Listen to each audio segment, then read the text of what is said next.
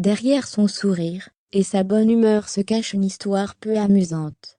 Stéphane Plaza a été victime d'un accident domestique et a été opéré 9 fois. Les médecins lui avaient même dit qu'il ne pourrait plus marcher. À l'antenne de France 2, il raconte cette terrible expérience et évoque le chirurgien qui l'a opéré et qui a disparu. La vie de Stéphane Plaza aurait pu basculer, il y a de cela plusieurs années. En effet, plus jeune, l'âge immobilier le plus célèbre du paysage audiovisuel français, a été victime d'un terrible accident.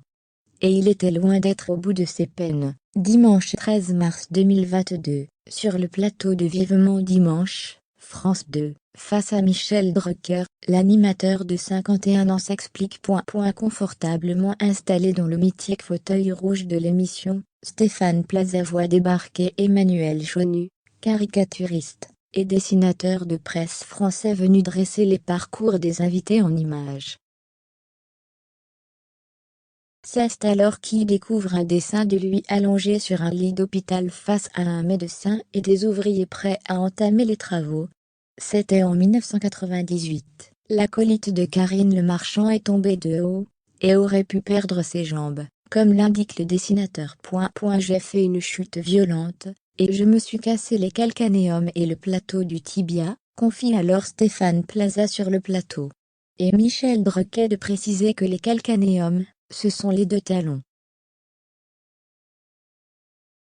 Très rapidement, le charmant brun a été admis à l'hôpital, où il a été face à une réelle déconvenue.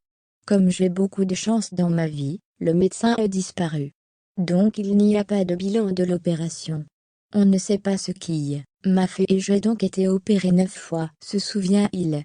À ce moment-là, son père a finalement entrepris une autre solution. Il m'a envoyé dans un centre pour de très grands sportifs à Cabreton et c'est le docteur de là-bas qui m'a sauvé. Durant de longues semaines, Stéphane Plaza a été confronté à un choix qui a déterminé le reste de sa vie. Tout seul dans une chambre pendant 4 mois, soit vous devenez aigri, soit vous vous dites que vous pouvez mourir demain, et vous préférez profiter de la vie, et donner tout ce que l'on peut donner, déclare-t-il. Sa joie de vivre, sa bonne humeur et son naturel même devant les caméras, qui font son succès viennent alors de là. Cet accident m'a rendu boulimique de la vie, avait-il déclaré à Paris Match en 2014.